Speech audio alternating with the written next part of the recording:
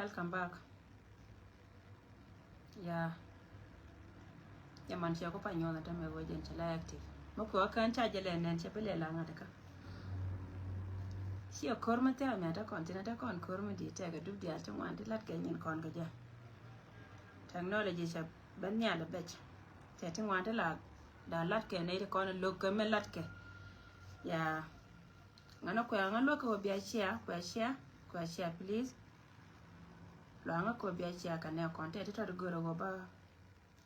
barway radian te tito to go barway radian ne ye and welcome back ne dia ko ne shilu jaw ne ti 31 tara bela moy kadit ala 34 ka shi and then be ma no kun shi ne ko ne tanga daga ba waje kan ya babarar ka plan to ko ne cha lat ten lat ka ko me wura mi shal kare ga ka kubo bane kon baka lat ya ne ten ko ne cha lat ka ne ma ne duwalo ke ne kon lat ka kan pin take a dolly cha dolly go rubber lat chap and corner to cut your board can I need a corner to dorm Michel care then jock planet a corner charaka gadun ka quidun barwaitin one a me babara benyo camera ya back a quick contribution na dana right a corner to con wilton take a to go rubber laria ka pegla nan to contin corners and babemba take a to go to chala de nyimar kel kachilo de te bako gente joy ka life nyam kel me politician me te job so te to go robo ko la barit katin ko ne jalatin titi ka kana kon no ngara arba to ka tani yene to rochi be no wan yen lwanga ko bia chi aka ne kon ba to ka tani tin ko ne jalat yene de ko ne te pin dor me chal ka den jok ka ne dor me chal ka ko ba tie go lenga na me ki gur mi chal ka ga che dol ka ne katin ko na ba lat da ken ga dino ba so dana ko ne cha no ka ko ba chalat ken ta ka da an melara ye mejen mentir ni jen bana roye re te ani to kon la da kay yen ga da kon chal ka ga loka chika dol pan according to the report in teje kana ito kon cha ban wi ka garnya lew ne ito kon ta kel ga garnya lew dole cha dole ken e pana je che pan sorry dole cha dole ken chire ga ya la wo kon kana te ka dur kamen ci kon moy ka dur wo chana liya no ga joj ko kon medan kan iti di shala lo ci ko ren ci ga kor jikan ne te kon te to ko kor ka rol mi shal ka rol jikan ci da la jori state kai cha ba te kon te ga ke kum bad me to continental me ci me nyen ka kon e ga yu mi ci ro da digliere wo nyenya ka ga yu ka ci nga pa ne chanda ben me ci ne te kon ci wo kel ka ga yu te la ga lo ka me shi go kor cha kon du ye ken gwan je kon da barak dantin gwan re lo ka ka lew lu nyaw lu kon jaw cha na kor cha ne betere je cha na win mon yo go kon cha na te gadwer ko wono cha wo kor be te tin ta me she bele la kor mi she ko kor e wal jom cha wo lo ta ka tar ka ne tunwan le nga ngagwa lo ta ka tar ka ne tunwan lo ta ka tar ka ne de kon ko le chola morleni ti la jitie ka dien so welo ta ka tar ka jitie ka dien shi ma na ke ni jikan ne ti ka ne ko na ba ne used libe lo ne ti ti chal ka anywakti anywak sika ne ta ba kor ba ma kan ka lawon ta ma ko ken te ka ne won te la ka mi rom ka mai ka meta lo idea ka wota kon ka plan ka ne ko ne chal ka anywaga ne ko na ba ne use ka jitie ka ci aru kula ti kan gatin ko ne chal ka ga no ko dol ma cha wa dol ga no ka ro dien la cara kula ce cha wa ka kon bana jikan yo ku ni de ka lo ka me da na nyen ke na kon de la tar ke ken ke nyin cha tere kam ku me ne daro bana ka lunga ku ni de kan cha ya le ke na tame kai cha na ser kai cha lo ka jel ka kel ko ken pan ke lo ko ni ku me to kontin bana ka lunga ku ni di ku cha na ma wa cha ti ram ke che we bana ka lunga ku ni ko dor kien che we bana ka lunga ku ni ko dor kien ne de kon cha kai chi ku ga ma kan ka luin ama kan luin dore kata ka lo amia dora ba jo je cha kula tie ka jin bi ko lo ngadi che we ba rai ka $1 root che ngagwa che we ba rai ka $1 root no ma ba la ta ken ken $1 chi la dun ban nga ba ne je we jen pan ken ka lo to ko na ten gwa la mo chi ka ne ko ne cha ra ba wi ko ba ka jo ye jikan ala go ga ko ka nuari min ko la goro ba rai tina ta maka je ka goro je biya ta ka lintin ne nuari ko cha bana na kwala da kana ta me ga content ko ne cha kon fele ken ko kuma serba kir ma yadi chale gorjen te me woken panke na ba konna e wurjanga che ku lok ko cha ngai wo na kan kon chu mon ke liu che te ka liang che te ga ngai wa ni dia to kon no woken panke ndo ndien si ku me te me chol kan je kana ma che ka moy ka bwar chi ko rai ke ku me dien ka man kan no ngode ku me dien lin ku me dien ke chi kana ko la cha webe ka rai kan e dola bi dola do banana ba wo na ga che ku te ka dor ke ni cha na ngalo be waje han ba balo nana ba te record ne chi ba je ajan te ka goma ne di de panekianen goma ne di de panekianen mebe ka akobo kanete di ala to kanete konde cha wono ngane che ka dor mi cha chal ke denjo kanete kona te ka ngade ka reason eda ne kwera ne ka kanete pante be ke je akobo west antame ja roy ke je akobo west plus gada akobo west en kone jel ke je jo ka loyelo loy ka kare lo ko mi cha wang tira tedi chalat e chala ra nyam kere re nyetin ko ci roy la ro ba ko roy ke riet kana wale chala ra nyamari Elizabeth nyada tila dor mi chala da kana dor ko ne cha da kana wal jom kan kala da ken ko je lo goro go ba ne ko ne chal ka ja ko bo tinto wiki ba ka lo je lo na ne tin ko ne chari ala ka ci ka mor leni tin be lo nyen ka ke kana ne tin kon tita dor mi chal ke kana jikantin jana ba bo ra ka kana dollar rut na ma chama chala pinya ya gai ka gore je biata ka ngai tino wona ma plan mo ko de jal mo go la jikandi kono to kui dollar root bika bene la go ken panken bara ba mar lawto kono to kui wora mi chal ke ya gai bika benyen ka lawto kono to wana mo a plan me la de na mo si mu jiena no si ter mi chal ke nyen no kon ka jang te je cha kon ba kwal ko roda na la go loy ke te bod loy ni kon te kon loy ka kan yala gat kon ko gor ko ba we ci wur janga la wo kan kum kan dor wur janga ka leadership din takati kum kan dor janga gor ka ja ba lara kan wora ka rodien on jene ente mere iloko ra min chala kan gal kor gal wajenen cha ga loko tin tin kon ci woka ke ka ngi kan dor mi chal ke wat min gor ka ne ja wo ba ngi kan wo mo wat pen pai diej abere kan panken cha ga jur dia la kon tre loko cha ga jo kan bia jien bido na ga loko ka wat and point and wat la baraga ta ka wat bido na ga loko tin wi kier jana ba moy ka ga da kai ka jabani kana ga tin kai ka ga jani ka jana na ba moy ka ga kai bare gande kon chal ka ga da nywa sheje so na mo jen plan en teme mele rode kan ga loko dia tin kon ci woka ke tin cha ka ba kan ka cha pere tila ra me cha no nyomi jiona kan cha ba ni dia tin kon gor ka ko wa cha lon me ne ka cha tirien cha ngai cha planet ka cha chen tila man mi ti ke mai pa jot mai wot mai dor mi chal ke ngade ka go dia te ko ne chin hanye nga katin cha plan cha chen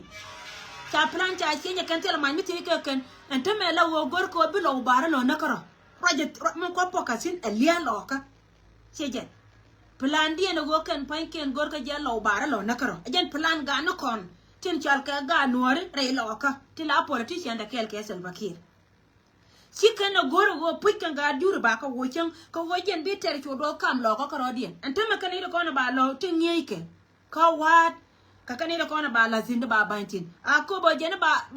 gad ka diale cha ba na diale la youth jo ka biare joga ka biare ko go ken panken ba ne diale ko na to ka ngada ka tin la was ken tin ngai ke go ken panken chang lar ka je SPL wo ye ngai ka je radio mi te do ba ka la ka sijin titika ken plan do ko na lat ka rodien ka je na no je wo ba right today ye ne to ko na te pin ti lat ka ken to anta ma mo to right wo da na cha go ba police ke liu ba la ka ko be ka chi a police do mo cha bi non ko jube ka cha bi non ka malwale chat ka cha bi non ni ka ba dia la ko na te bara nitin ti la nyin kuma SPL aji ba je ne rai lo ka ba je ka ngani ba je ka ma lo ba je ka ngani lo ba ka ja ka police aji ko go ken mo ko ro bene run kan ina ba ko lo te ra ken to bi ka lo kan ka rodien plan me ful me chari ala ka gar kun yene ko ni chal ke nuori ka lo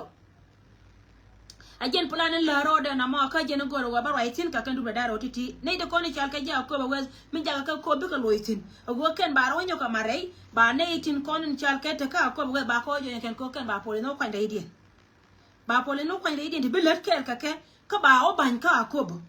irun mu wete ka gada ko ba melar je ngene lo ku masal bakir mayadi balona na gada ko ba west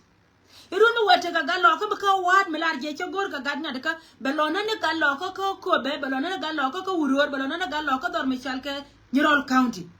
tela gadjenga tela gateda tela gadbula tela ganu ka be do ko chot aji en ku medien ke liun changi kai ko ne teka plan ko kan ba ka loy ka jub so na majen plan mi pul me be ka ngaran me la tode and ole che dollar ya ga che wo ko na me ba ne use wogan point ba rai kan ne ko ne chal ke jinase ka jeri zana dan la ka ye anetin ko no wo ka dollar rut ka wo de dor me chal ke capital city dor me chal ka panel ste na ga ka doran ka naser a jeri zana mo a jena non kor ka gatin ko ne chal ka ga dio kir ka rodien ba che je chane ma chale ala ka la wo ken bana ro na karo a jena chi tuo ka ga dio kir so rai me jena be ka ngara ka kuike to kon la ka rodien wo yellow ku ara ala ka ka lia dun yen ka rodun a chang ba wur mi chal ke ma char ba lo ngori sel bana do liu a chang bu ngute de ba ngori sel liu ko bana liurol ga jiyo ka bana liurol mi chal ke ro lo ka plan chare ala ka ku ma sel bakir ma yadit en go tela ran pero nyoka men nyenya kana the judge rai me jena no go go balar ye ka jen jawon ci barar me la tode ka do la ken ko ne cha do la ken mo no go cha dial tin ko ne to gwa ma tin gor ke go be ben e du mes ci ga rai ke UN ci UN ci kan UN jo wote ran bilo dor me chal ke akoba tie gor ci ne gor ci wo kan dor jino be to dan dial titi amana ne rai bunya ci weta tin ci UN ke jota tin an ra me cha de ci ra me te chuya aranda ka kana ide kono kwala lar ka kace kwa bet ka Afrika tira madanga me jo wacho ga jo ramata ka kage ce wacho lar ka je chaga jo ga UN ce ji humanitarian ne go ramata ka kage ce lar ka je lada kana ide kono char ka IDPs ne ide ala kono cha displace ka kana ide kono lar ka nga mono go ngwa ta ka tino gen gwa ba ko gortin ce je ce wo bo matina na mo ka UN ce kan UN ne da ne tele ya da ka ja an koriyo kana lunga kama kwam ka je ko jen ce wa gudo adien ce wudi no ba soda raya mo jana na chiro da lanta me la wo kan IDPs te ga gwali cha da ka ba ka loti lakini jen kula te ka chap ko ro kwele plan ko di waje pujin go kan ite ko na cha ta ga ne ka lo ka bare to ta ma betema ba la da kan okay me betema ba kuna da kan bi ku bi yito ga me chal ka ji ba ro ko be na karo jen plan na ma so biya ko go yanan yana da ko na chal ka ji mai ni ci ga ta ko na chal ka ga lo ko gore lo ka da nan ci ko long ne ku masin dum me ko me go me choro de ku me dan kon dinobin e cha kon chenga je kon ile kon cha ga jito bi ra ka kon e cha kon chenga je tira me de lo wo de be tende de nyorti ka kon di alba ka kon ji kuma ni ne di ala kon ta ka me tira me de mai ama de ku ro nga ka me te ka kon ka mai me dan wo to kon kor ka ji tira na tipen ka kon we dan lakin bena na ci ben ka kuma sel bakir ma yadit jen point de ci kuma ma gore je bene di alba ga nyor la dinobin te ka ne de ci ci select ci ne ti gore we bena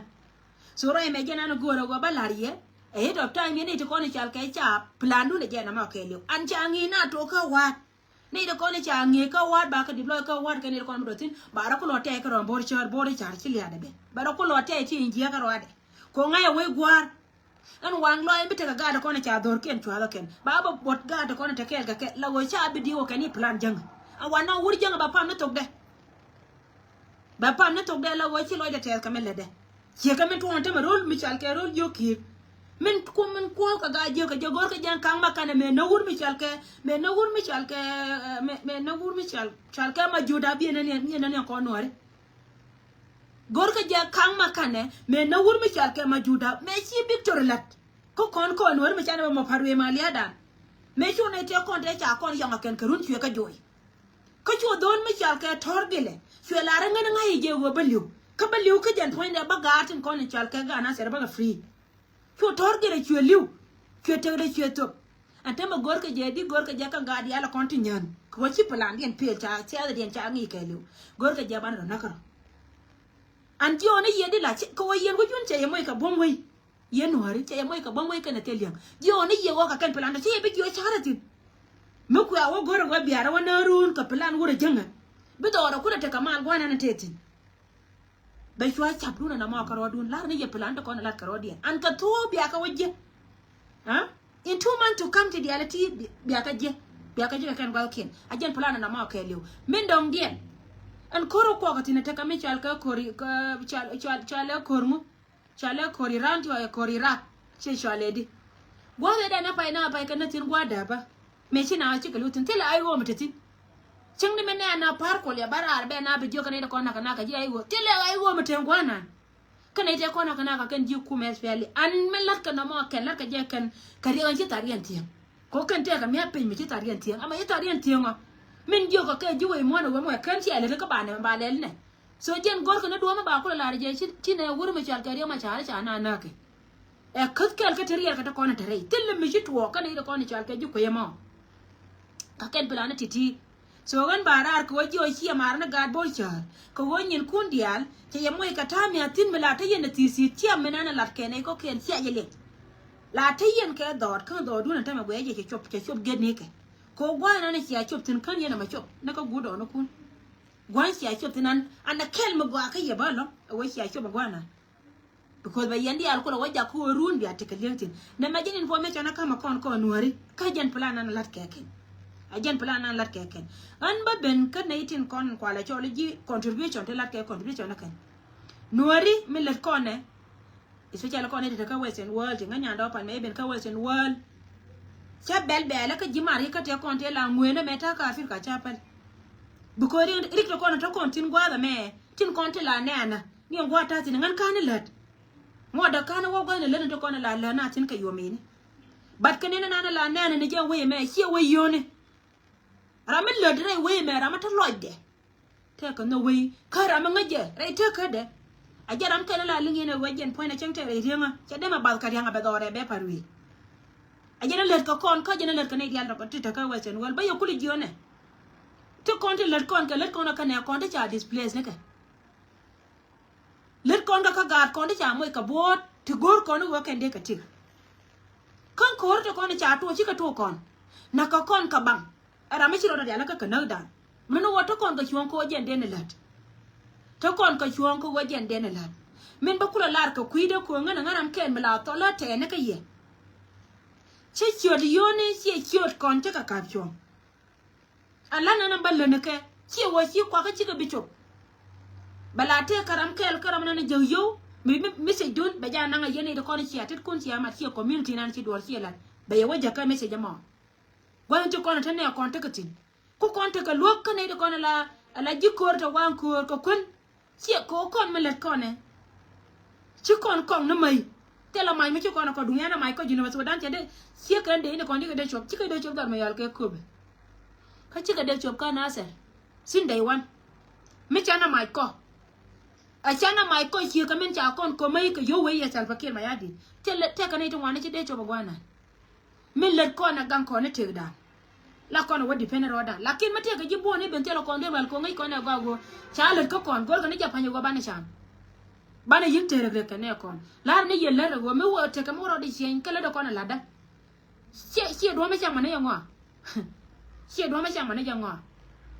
sie do me chama ga ne jangwa kana ya la ka me da na wadi lada me ko ngan sie ngara lada mo lakin me na ngatin ka tene ana kena go ngai je go wo yene de kona te ka platform me tatine ka yene tun wan nakenti ngai yene go wo mo yene no to bo gwa ma be wo ba shop no mo e cho maka ma kon ka kuila de wala dan mo de tete ne kon tin kon ni chu tin chal ka jibone ka tin karodien ka tele me chika we ka tin ka ne kon mana kala de kata an ba ben gwa me a te ka nyimar ke lamba lar thank you nyimar ne nya dag jon jochon nya yo chala da te da ko ci bara ko jina jiram kel mi politician re nen ko na chirwe ka jino ba Sudan ta jina medan ke tike daji chirwa minister of information dor ma chal ke jongale fara lor kel yene honorable deny a jiram kel mi tike bi ko ra mi chilat re do aran dor ma chal ke jino ba Sudan ka shot aji goga puje wo yene tin ko ni chal ke ji cha ko wo yen ka yen kwarcha mite karame che tike mi jiyo mi chenen ko community bi ying bara adroy cheria goga puje wo de rane da bara adroy ka bi ben la go jin roy karame jeng ni jenen ngar way nga che ka ji party du min chal ke aji e da ne kwanji ka ngode ka miti ko ora ko che lar pa na che ka video du min nyam en go nga na ngoda ta kel ke ji jin party aji goga puje go bi ying bara ala rame chi roda le ka mi jiyo manat ko jin citizen ka South Sudan ye kamen ci barara putin ko ne ci lat ka tiko ajen ga nude ci yiba pen koru me be naru kuoro me be na run che be penji ba je wo kwanye dor mo ngaje wo ne an ran la gwa ko wo je ne job da kai cha mun wo je wona ne ci roy tin ci lo de te lo am ajen ngan chicken ma ci la am ber chena proud kaji I'm so proud kaji because ni dialo kono te ko jube ajen ko ala ter kake ga no re dialo jena ter kake ogo yena mi cha ya kwanye te yena gwa ma ka yena te ko represent ni sharp kun mi te ka men no sharp kun biarar ka bialar ne te kel ka ye ogo na modot cheje che ka men tilat Elizabeth ne dak che nyo ka ne te kel ka ji wo gan ta kel ka ye bada ngaran cha ana jen ta ra mi leader na ma jin gu leader cheje men ba kula kamra ar ka poine te ko ne tilat te ka to do go ba larji jen to aran ko ne ko ne chal ke nuor no kon dia le chi ma lo jan pe ka leader chi banan ta ka wul ma chal ka salwa ke ko dor me chal ka jinu ba Sudan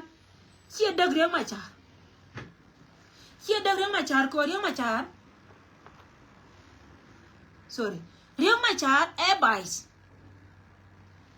ramanana to kom we to dode ka to kon to dode kon cha jinu ba Sudan dia le wul ma chal ka salwa ke ma yadit muno go jen point ta ka right ko jen dera do dera lar ka de la ka jen la de puje tam men balar go ne tin kon chal ka chap kon te ka jo mi chilar gwa me mi dai chap kon ko ken che ji dor ko dera ka pelat ko jina ajiram ken melali da ka jini da mela lo ka ri na ta kon din da me ri lo ka roi ne chilat ko queen ne to kon to ka yo ken che ko kon jira ra kon chi won ka chilar ne go iyena ka yene do wane nyin kun kana joy wo ju ne pala tol yoni ka kana joy be wolar no wona ne yo chi ki chupa gwadien kana joy yengan kana le go po nya mo kana le go honorable ko connecting kon tara ma to le yo chi families kon ya le ti cha ka barar kon ga lo kana ko kwar lo ka tin kon kap ke ste no kon wini ti cha ka wi western wa chi ran barar chi ka mata nga nya do ngaram ken me che barar ka peje me chi nya mi chal ka nya bang wor ya cha barar ka peje nan te tin me chal ke ko cho na ni chal ke Greet on live show cha baratin ko shot kan loka ko wodi ko wobita ka maudu bira mata ka maudu men tol kan yo kan idin di alto kon tol ka yo kan tele dai mai to kwa kan sila kala balar ji go ko gor je wobi elin kwar lar ku dialo kon la de katigo men dong dien ka yo to kon te we tele me batin dorani loka me joy ka kan ne kon chi ma chi kor cha kan la wajen kan lumo agat content kon to wan kur chi de ni to kon ta kan ngada ka chi dun ko wajen pankier kan ito kon chal ke wajen ni te ka yo ti ja o pel cha no la gor kan dai mai la gor kan ni ngada ka mena ne yela to la ke yo tol ka no kon ko do ran cha da ke bot ngije tol ka no kon tol ka no bot chi jen tol ka no kon tol ka no bot dai mai to kon tar ka no kor nya da ko ni cha tare lo kan wala tile dun de ne me dawtin ko goni an kore da ne chilen ka pajut cha mai ti dit cha ka kaptin ka cha dai tun wan cha ka kaptin tile da mai mi cha ko aga nuori ka ne dia lo kon tin lingi tin kwa ka dai chi ne dia lo kon la ke contribution na ken raw da me dong di don mi cha ke Paul B enta ka kobe dung ma to kon ke Paul B ni dan wel kon lo dung do kon ke Paul B ni dan wel rai do ran ka ko ba county de kon ta ka ga ti ruwe to go ka de do ran de go ko wora mi ci woday rek ko wojen gor no be mantin ko ni ci docteur jien ba ka lo trugur mi chal ka Paul B la jele ne ka patke nya yo la je ye be wona ka patke ba ka top kan tin ko ni cha top ka tite ala ri de be de ci ma na ko ko ke de ka pelat de we wo ka lo pan ke na magul ko ri cha ta kan ta me gula do yo ni ci na o ga gwa yo ni ka tera mi ga kan de borga ke de char ter ko ma pen kor wa be chop go de ka wa go kon di ala ma ko ne kon to wa ma te ka targola na yo rede mo point kel katin kon ci lat en go ne yene ko ne tara du no ni wan yo ni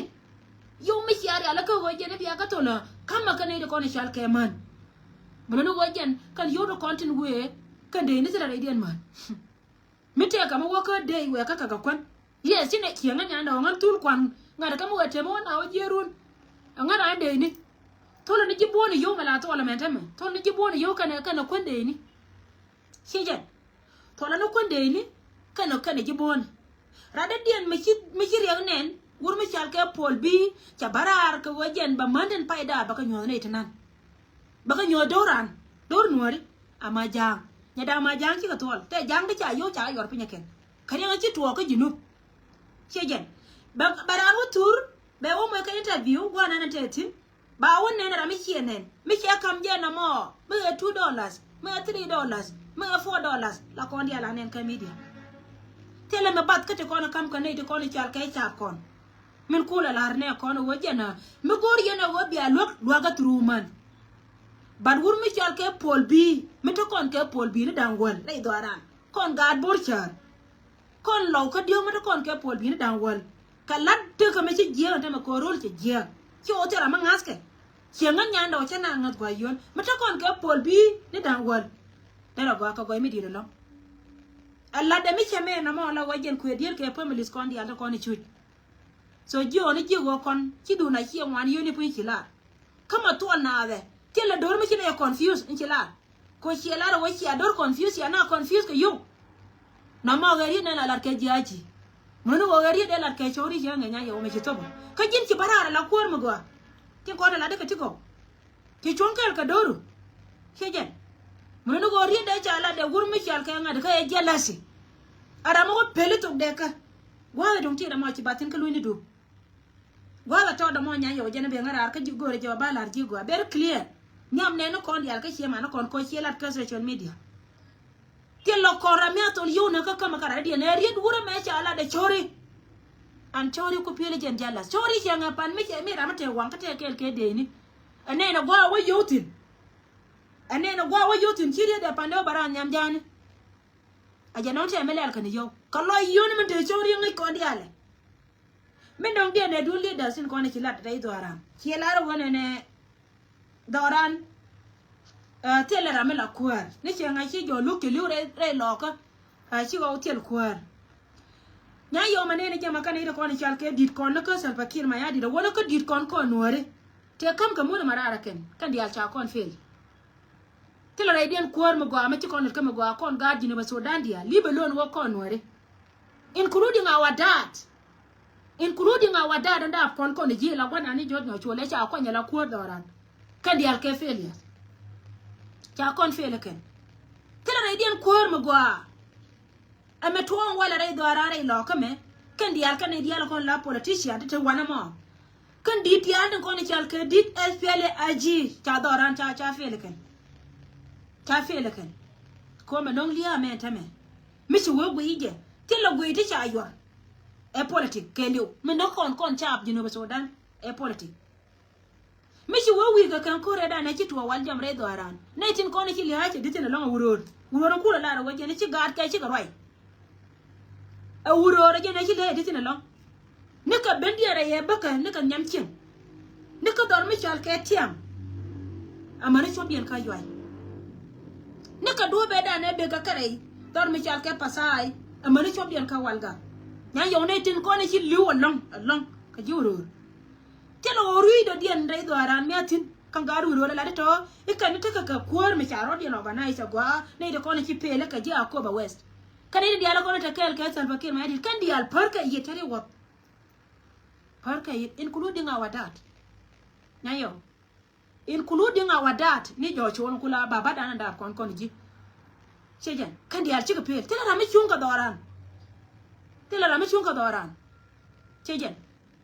muno go kan pankien kan ide ko ne chal ka ji nyiral men dang nyirol e chon mi chal ke SPL ayu ko go kan counties ko nan jog me da re lo ka cha ka da cha dor mi chal ke wuror county cha kam kume ko wuror je loy dan ajen chi nan ke liu chejen cha kam kume me cha kam kume cha kobo kan dor mi chal ke nyirol county cha ka kamayo ko elo me ne banya yo me da ne bakare ne je ko ne tore lo ka cha mi to cha la da ken che ko kume SPL ayu che mi to cha la chero de diglir ka che lar na jo go khor me chi ko sha an che cha bla lar ba wo cha me chi go ba ko ranyu an be nyin ka kume ka te che lo ko kume chero de diglir cha ne ka social media che je ko re da ne tar kare lo ko kur kume SPL ayu ka ne kume SPL aji kan mo ko lo ne je put en go kan pankien kan e ko ne tere do ar ka jube ngai ke je kan chap to kona tela mo den mo gorke mi cha ko le lo ngu mo war bo chap na ngu na man kana gado tela me de kala na de chu gori en ponya ayo ka ayo nya yo man me chere kan te me chi ko chero da kap chonga chi na da kap ko na kana peze kume la wi na ka jokim wi je gwa ko jini jinya lo ko la wi na ka jokim ba kono na gat ngu la kume aje ba kono na gado gwa me te ka gat me che ka ku cha ne ka gat la bo ko ne kar fiji ne jena te gato da ne cha bi te alum nyen te ga to da ne chinen yo mar ka bir wal ka ko me cha tol choni ka ar fiji medan cha manna la kume SPL aji gwa me te ka man kana dong ajen gwa da metete so la ra jeji ka gwa da kelio en go ponne kume min te ka Salva Kiir ma yadi te fel ne ko ditke che fel ne ko korni Salva Kiir ma yadi ababbe ne ko gwana kon te lo kon gat ko lo mi chung man ne lu gya mi chi chung kel ka cha lo ko cha lo ko cha lia be be to kana wale chi ga lu ne me te lu te ka ajana ko ara pen ga tin kon tin pi dan te me pen ka wode ka la kwat si ma jum nen me che la tu la ke tu man ka jongole yene dina shi ataka o mene man mi chi pol kun chi ko ngata yen ka 6 man me chane wodi no wen yal kan panken kan ditin failure ka kan de ko na chu waka gur me chal ka Salva Kiir ma yadi wa wa campaign ken munu wo ko ne ko ni chal ka ga Jinoba Sudan dia chi ga dia tin ko la young generation tin ngot kon de kon ke future ka gur ko na wa be ga kon be la ga to go bana barar te de gwana kon an bana ka larto chi me chi ka larto bana ka yin larto o we shi afel come in knock on today and in your work and panky and chi leadership didn't fail kan ka failure mulunu wa doran ko lo tela ganne gangen tela kuwar magwa nuka wuror nuka nyirol nuka akobo tene ji kwantin yawma tene ji kwantin kondia including our dad our father ni John Joshua ko wo gwana ante jaw ka ya leader dad our father te jaw ko jene leader dera telephone na dera wonyamde seje dera wonyamde abela arje jojo wo mu wang walga kata kel keji ha munu wo kan diala kuma mena ana take kuma dol ke do chafi ci kuma rida dong dien edun ko la arje wonene baro ege jinya yo mar ko tilade ma aka ko gore je ku continue ko jine jin go leader be baniru na la leader rida la arje wona me ci ko jana kan nori nay dia tuma na kan la man nga nyando pala raje me dan ci ko jana kan nori la arje na wo me na ko ne politique lakini te ga me nyol je wo ko jana kan nori nyada ko go dortun konde je na tina tame ko dortu ko ne chal ke dor nori dortu ko ne liunatin ka dor nori michi wo go ije together network no kor michi wo go ije together network no kor yo ma to ka je ga lo chuna jien ka naser kan ide ko ne chal ke ji naser chi ka bara la go kan ros ke kum ken kuma jiyo ko na chaka chui ko runa walke na kanai kine ro ladaka balang mo go na kanai ni siya kuma na metre we sha kuma jiya gara majuda ana de nika so alat pas me sha alat fas kanai te kon te tinte te wi kwa an what kan doctor ya kana ne le so ado la kan kwar daro doctor ya kan e wul mi chal ke Salva Kiir cho doctor yo yo gur mi chal ka Salva Kiir jo wo ko na ra lat ka mo wa chab lem ne je gor ne je go ba de mi changi mi la de Jinoba Sudan mi mix ba kwan ba la nan ka nasa ko wonte mala ko na ling report hil ni chang ka nasa che che be sel ba la let ba wo tol shi wono na agole che ga tet la de bor tet kana ngo mi chala bu shok aja ne shwa wono de deploy do mi chal ke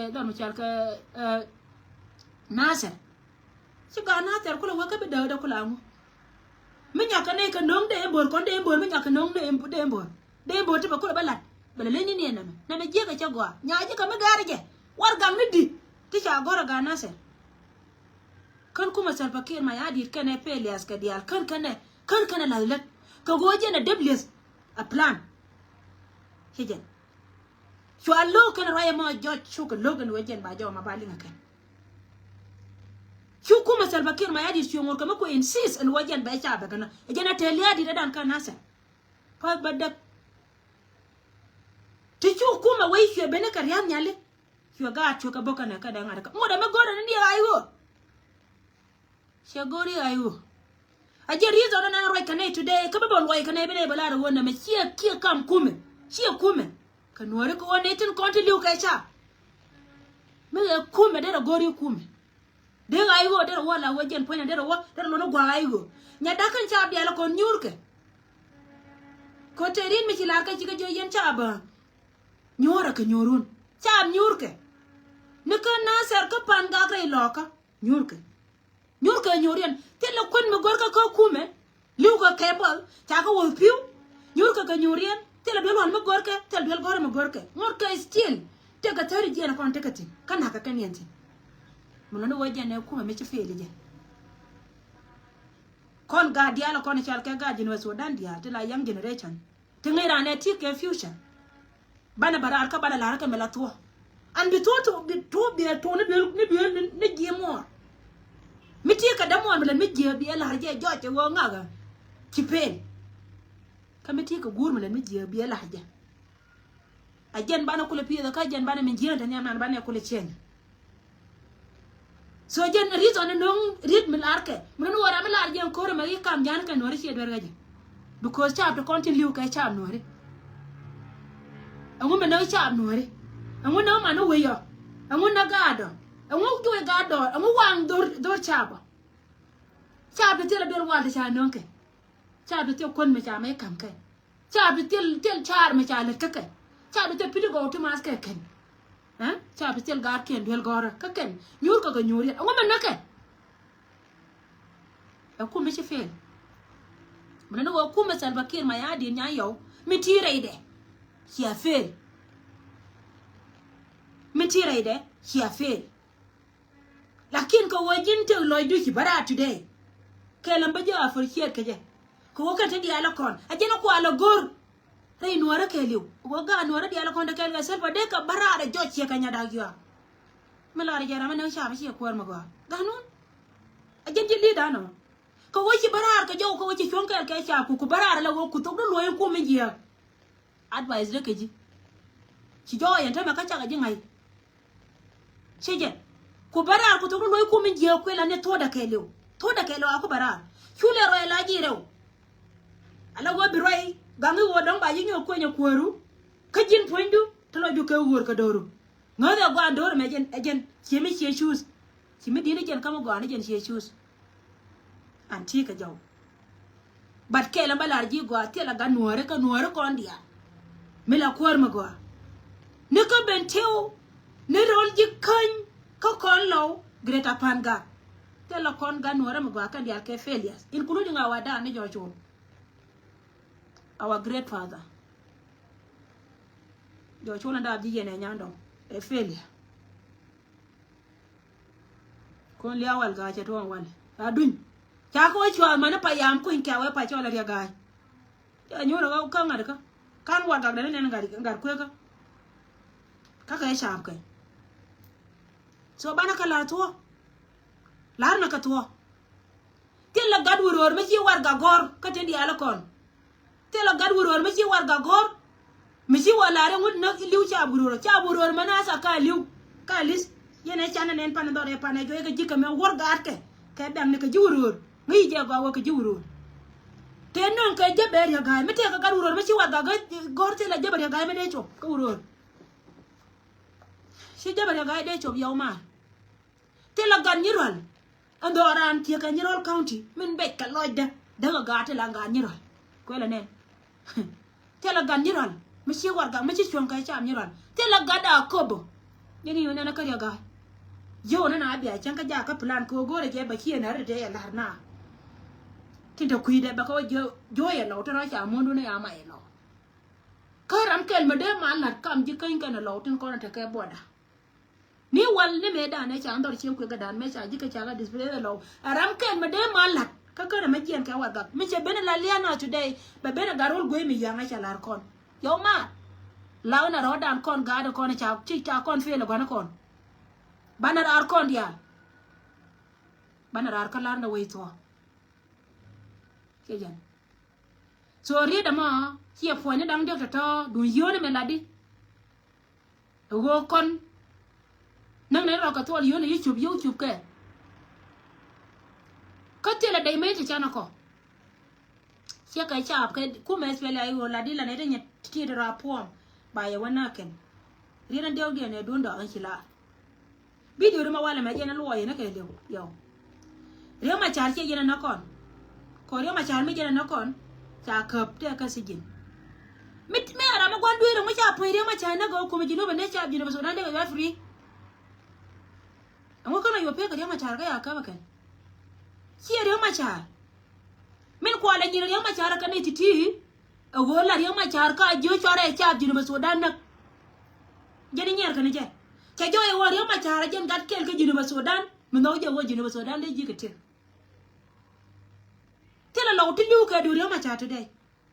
ko go lo me da ne chi ka lo ka ku Salva Kiir chi ka nyor ka nyori an angu ma wa gor ka ma ko kan ko wa dara na ba na o yan ma ja kan ko wa chi ka nyori an chien dia ta ka territory dia ni ko wo dia ko ja ka ne rio ma cha ka ngai ka ja rio ma cha a ja nam ka le chi lo jino ba Sudan ke li win ka ne dia la ko na te ka jino a ja na lo là đứa mà chả thế là chiều đứa mà chả chia độc thế chứ bây giờ đó nhà đó mà đeo kèm đó đó gà lò cái con nó kêu cái gì đó đó là khu mà party SPL gì ta kêu cái Salva Kiir mày đi dân đâu lo ở dân đâu lo con này chính là con mà nó nhà gà đó con này cái nó có ai vô support cái lo có bà mà nó kêu chẳng nó kêu gì nghe đâu chẳng ai tuột nó có đây là tuột ya cái đồ hot wa na wi there history ngai con này history ngai con này xem chân si chap chỉ cái gen wa ken wa kana ken kama ngai cái là cái wi there ko wi na cái jong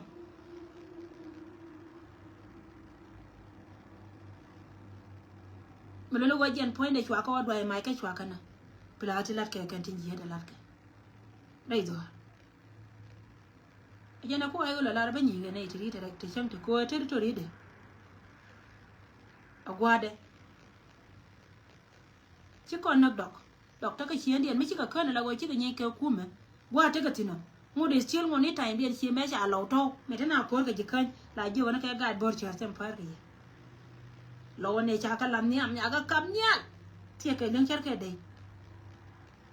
ngai ne ra me te lo de wona ma ber ri no wale Sejan. So na me plan ke liu ka wurjanga me no wara mala arje today wona me kam jana kan wari to. Ko ai go chete gwa ken me gor me nyini na ke kuma ai go jare jan. To ri na barka dal te ka ai go ka cha jikana. Mo cha ai go barka dal na go. Ko ka gad barka dal mo. Cha pa me lisken cha ka na go ka gad barka dal right? Ha? Jare bor. Amo cha bor na go. Wo ka gad jana bor moy min akor to dui ko lo na wara ka rodien ci do ka mala je ko am jana na wari aka am jana kana wari bar ci wurje mo kula lat ca pel ca wala dan kula lara wona ne dung me ka am jana kana wari ci gad kunde bena baye banake ca pel ca wala ko ca gad wari wange no kum ka ca gad wari jela wa ci ka tes kwan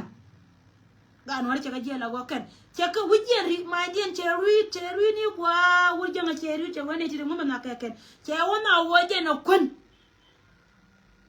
awa kwana ka ba ku go kwan me cha kwan je cha kwan mo makana changang dia la ga no re dia kan politician na kontra ga dia ka changang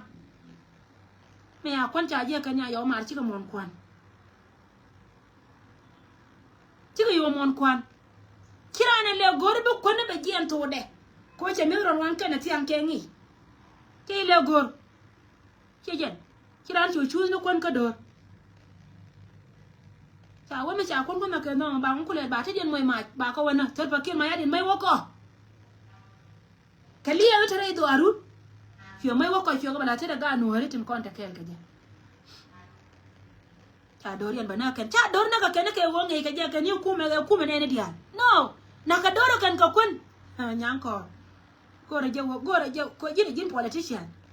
wai na ka politic chen me ala de chen da ma bana mai la pe na ka pe bana ko la politician heya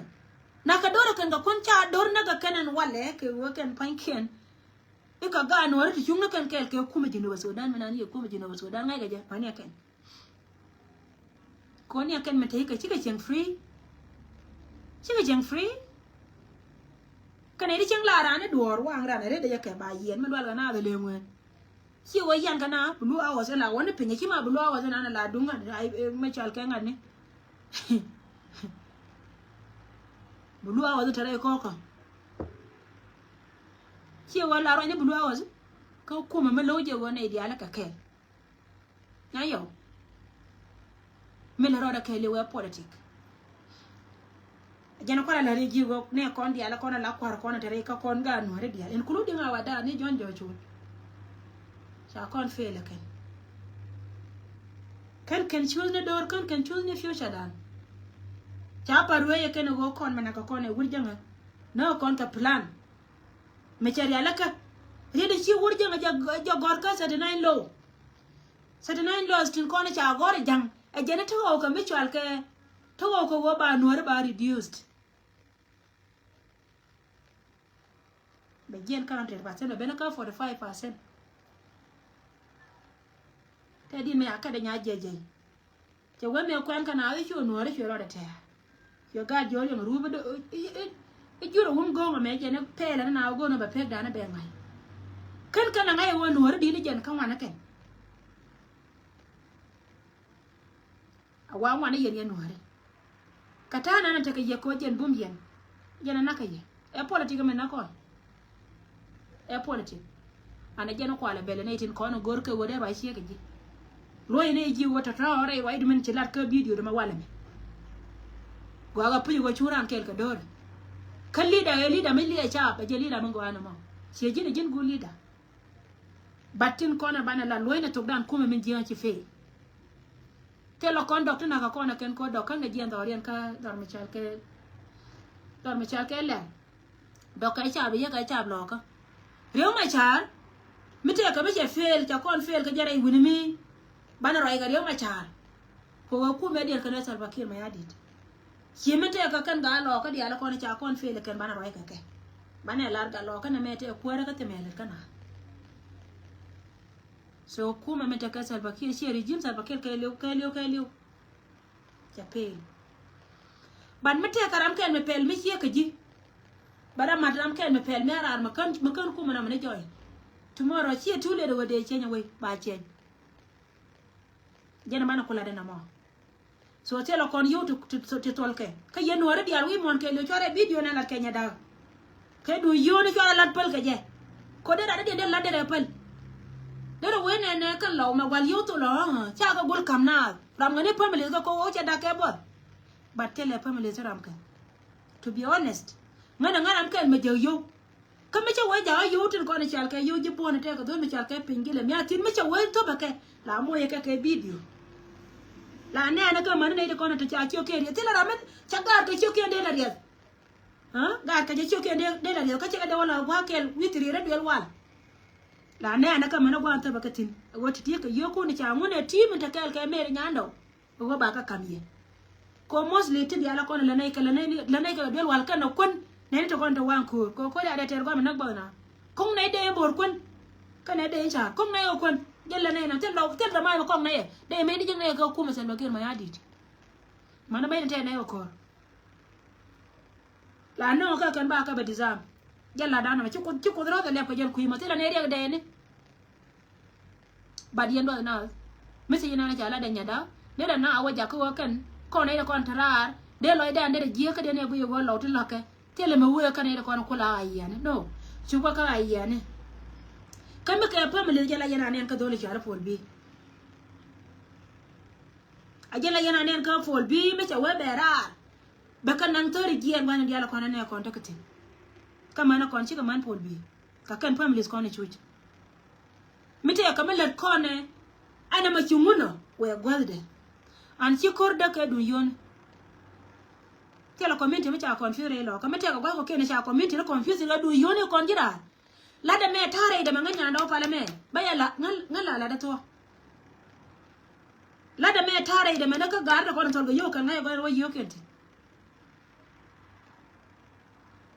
yo kon wo ka jibon ka ko wal ko ngai yana wani da kon la lo ka kon kan shi ka me cha ka MSN cha tu eselfa yan go wakati so tiji kana kona de la ko yada me las we ka cha ba ngani shi ne na ta me go gar nya le obi liyo kana ne ka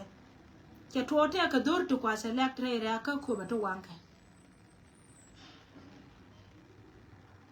kon mala rai ne ke ka jona ye go ngano go bi anyur ka ko ba tie gol kar gwana ta yentina wa ko ba tie gol ke na ka bi ale adun bi an he ka ben ke bi shi ka mata can win mo na mere ri win di ala ko na ci cho tile de mi la ta kel kana ko de ni kan kalai mina yin ka ta ka ta nan kan kalai de la wo ga jare cha ko tile de cika tigo ko de tile de mi ta kel ga chegde de ka man cha ga kan man ka tile de mi la tre nas de ni di atin ko na chal ke de we la te gwa mi nan ka kwa la mo ke de ni ka bodas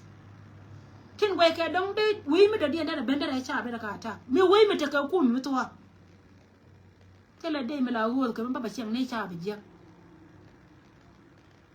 gwa na jena ko ba ti go nan ko jen e bo da dun ka bon ka mi sia kai ku bunya mi wa ye wo bo ba ti bon mi wa ye wo bo ba ti bon jen bor pinyi di na na cha kam ye e pin mi di mi de latin ke do ko le de tin ma ne chi ho cha da le ko go men non men gor kan teme kuma salba kir chapel telo kon makama ka gor ko bi be mis ka ye gor ko ba man to ka ba je ka ye gor ko ba che kun ba ka banaken gor ko jen panken ba tin je dia tin gor ka ba le ka riven ba ka bala ur nan ta ka ko be men cha deploy ka ko be jara me dan kan ka wor ka pa jut malang ye na chi ure chi ka pat mane ka ke point jen hurdan telo go de babel ke yen ta lenga ja go ara me mala ba yare pat pat ba ba kan ya gai ka cho yanda ye wana ta yentin cha ka roi be pel ka warun wata re mo ya waje ki abu ka na lari ba di ala cha ga yetinu ya tine ke me ala re nya da jajen ga none kuma me ke dor me ke da la jole ja ka lanni bella ka ba kon be ri ala ka betatin kon ja ne ka ni point de yemi chal ke de men ter kor tela kon makam ka je kwala goro wode yu an ba lok de ko la bata ka de yen de kon ko la ba je ka yi en cha ko la ke yu an wara mata ka ga che lok tela ai wo me de me lo ka tela jim ba lo but cha IDPs ka ka ne ka ba ka lo so ngan jo ne yen families dia la kon ta ka ko be tiagol kana ja ko ba west tilat kente ma chika tigo kono iti dia rati mite ka gan marach ala re dur gare nya le obli ona ngai ka dorien da ka dore da ka chi dia ramichi tije la re espere o ye da ka dore kara mo chi kume na ita chika ji kume ko kume manas ka gwana tela kume la revenge ka cha kuma me la arje wajen e mi singa na go bina chi kuma la le na ma pin la gorro wa min ti kuilen ka je be wala lo idu ba ngam bele jen kume na ko tela chamela na kume ko kume gwan ma jala ma jama mi la chuong ba ko jen poinde chi gador ke la gadwe dero men gwa lakini la chaba gor be nyin ka gan kai kuma me to mi chalo la nyuri jen be cha be gor be la loy ren wo ngarando jen kuma gwana so me ta ko South Sudan chi kuma yene de kono la cha gore je go arante da karo da kan karo do kan ro do karo ado changa ni da mor meta kuy kume ngada ga go che ibaga tero imu ga me chala da nyima da nyawal palmana mi chelien ka video do anya wal thank you for the appreciation kina ya appreciate ko ta ko roi ta ko banan ta ko la do gwana je na put re taka warandu ma mari ne jakala da me je bere de tira ma longa ran ko igo longa jirandu nan mala bodo ko ga churu yala ma joga lwa si wote me dini ma joga lwa le kalo amba ngaya kama jog ko ngana ngan gan me pil kel kama jog ngaya ma jogo la la damu ngai no gore na lan ma jogo re lo ko de wala do ko ku me jinu ajana tara na ma sejen wur mi chal ka re gaay ko ni ko ni chal ka gat ke si jimara de bane la do re kon bane re gaay jin ci dor sieda ajen bra da dien milion walle irun che family ma che bab ka che bala ro ka ne tro ka kel baran kam dore te kerin mu gwa mi kilar manan kilar wona ne kona ne ko kon mantin kona chal ka maloka amana kon nyertin kona la kwa tila kwa praise mi te ka mala krewe kona ne ka wala me ta continent me jen gwa mbina be ko joyti Ashima wote mbo jerun si nganya ndo pan malade ma chela tembo jerun ko kan dia ka kwarji ni waso dan dia tera mala ngai keke ban mo we wote kamal ka jini waso dan tel ka titi ka wo ko nin ka ware bara lonka lere ka tata ka galamda tata ka tegatin ta chung poya tegatin gore ni mal ka roade go go ya ta kamal ko baro da walla de ka wa walla ni bi na da balat free tela mbiela nat kina chol ka chiela ro wonye lo ka yene wine man lo ka yene ni baram na ni chi chore chi menton ngan nyanda ta gwa tul yone tere ne de kon tilat nya walwal ram na ni chi chore chi menton tere ne tilat aram kel me chilen me di chiela de long kel me di no bol bol chiela chang che bele lo ine nganti ato pui ka ne tin di alton kon e kap ko chielo ka ken me chi duor me chi ka ne me che ben chang duor la tu jike ko lo ta ka wesen wel ngan kon lakin differences kan men to kon dan ka politic ndo chiena ja tin ba ka kon ka wesen wel ramata randa kel ka jang ka te ka wesen wel chene de kon cha display cha ka belo antela ja ka tando ro ko kien che bu gore bi chode joy gwa ma ko be ka gwai kan e kumede ko jen kumede en kel kan je tela je chara ma dab da ka je rama ka jiene changa ne yena ga chene nganya ndo mete mete karanda mi akuy kum ka chala bepel kanwari ka gotara anda kuy kum ko chiro do ngo kor ne to ma ba chama kena wa bi ka pel tin ba ka pel ke mi wa war ne jo fele ken ka kon ne tin diala kon tin tele mi mater kon mo we o pel budi ne boy da karo ci budi ne boy da karo ada ba ne choy we je kel kon dia cha choose na mo ka chalo da do yes shejan so gore je go kon ne kon char ke jichin bana bo ma tet kon ne di ala kon si me cha lar kon nya da jo ko nya da charai kare jana ko la je wor ye du kana lim charai jo kon la de dum na wo ka ma yo man ko wa chi yo chi ke chuka idp si ne kon ko la chola family cha kon ma nyo ka ma jo kon ba te ko wona ne da kon pe ke te ke ye ka jana ye ne yo ko no ngana ke ajana shi adar confused rido no kola luinga kanya na ngiwa jalo ina ire ni ko goye ko goti le manon confusion kana iti luog na kan ka joga ka luog ka ala go kana le ngwa ta da ma kanya da ato sien la lo kana jikatin ka jere da be ngara sien da na nya wa che man lo ka jo yen man chik la te ka kwat kwan chen ba hie ma no ko no ko ken hie me chika luog hie ma no ko no ko ken chika learn enough especially ku year counties dang baro do konde ku year me chero ya la nyenu hore che jo yen bi ala la me whether take a kurma mi me to woni be che che ka matre lo ka che ma chi ga la de lo ne di ala konte la lo ga ti la lo gwa da me ne tu wana ken tin kono yor ka yo pe nyeken de lo ken ko ne ka re udio an chalan me di chala ka ku yon account is con de ku yir ci ka chon kel ka kon lakin de chom no ko le kati la je pu a ngu ci ro do ti je gira meti gwa do meti tin ka wachen wala wanda moro guru mo ka jube bi adore lo ko yin yenda ro bay lo cho lo man kon ka wachen wal ba tampa me zo wan nyor ka ko kan ka ji aji jo karana da mana wachura mat kana ita to ko kana kani na liu kuma miji yo miji ni na zai ka liu kai kai gam kana ida kono lo haka mani cha arieno gari de lare min cho lo kai wonye lo ka yene ni ma lo ka yene ni ka cinyir lo ko ne cha kan do to gol ba alan mi dira la da ken ai la par shedam melan kan nyir ba kel mo go chalan mo go chala da ken wur ka kor ma na ken kana kwa na ken bat ka nyelo ko ne cha ku lo kwen wi ma lo ko ne cha kwen wi takanika amu da ka yaga politiko ka sia ne na joje ngo ka ni chi ka pel ka ne ko ko dum ka ne ti go mo go ne je wondo re lo ka bala pata ji ke lu de ka ne cho control la wajen te ma de lo ala na de cho de ka na la ne ken na ka cha pe jo ka bia ka yene ko bia ne ba support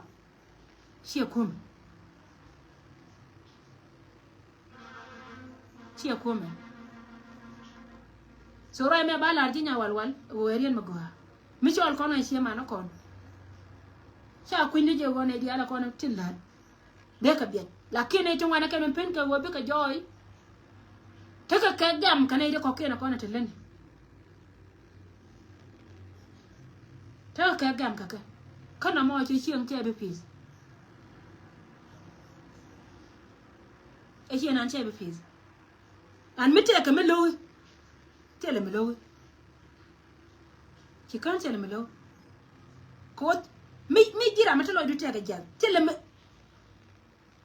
me de bali ga ta kono mam tar ji iri ngi lor ka kwidi ari me go apu na ma wo chi lo chi ga la ri dum titi ka kana kono be ka ngadar plan nyam gira mana na paibe a plan ta kono cha plan ken tin ba tere ko ta ko ri ja tin kana mo ya tire lo ka kana mo plan cha plan ken jen na cha la ri bi lo ka video ba den bi wonyo kamar lenga plan wo lo ni ma re nya da wonya yo chi lo de ko jin ci bara te kono la de kana la ke leader ajara jen tara mi go leader mina a jin leader mo go but mi ci ko barara tame ko chumu ker kai cha ko jin ko jine ba Sudan rino to do ko min je ndago pura ke ba why ni judge bi elar ka including our dad njalarji bi elar ka jojo wo yen sia fel te lo kon ga lo ko mi lo kon kan yalta diala ko ni fel te la gat ka wuro mi lo kon te la gat ka ko mi lo kon te la gat ka nyiro mi lo kon kan dial ka fel yes ci ka fel am ko to do yet party do jone jen party me jia ko mara te kele jiba gwanti tin je ko protect ko me na ka jine ba so dane la tuka mi ci barar la wala de to jene jo nga kut gan ka me ro de jela wala da to kanu no ngama ko ebe ka ne gon me chala ko mara ji ga gwati tin me yiga ban mu yu raji ngai ni ga ka di ali pen ma gwana ko. Thank you so much guys. Che je che ngai da no mi ci ko che ben pin na ben ka politic and politics na mo yi ka roi char mi di che je mi ci wor li ñu nekk de contre politique e ci ko la nak la chab la gaye che je politique je na ko amma wane politique wo ngi ci ka me cha la ko ne da mo wane politique wo ngi ka bi politique na ngai ba wo che chabo pos ka bom bilia ba ngo ka jino bat ka men la kana gor ba cha pos ka bom ka wo bi ngai ka wata ta da duwa mo de ce le dan kana mo akko ma ta kele ne re yandi ala pa ne ri ata na do gwa mo ba yandi al kele pa ko ma ta kele ba da ko gara wana re la na da content chara la chani pa ban le jene wala bye for now.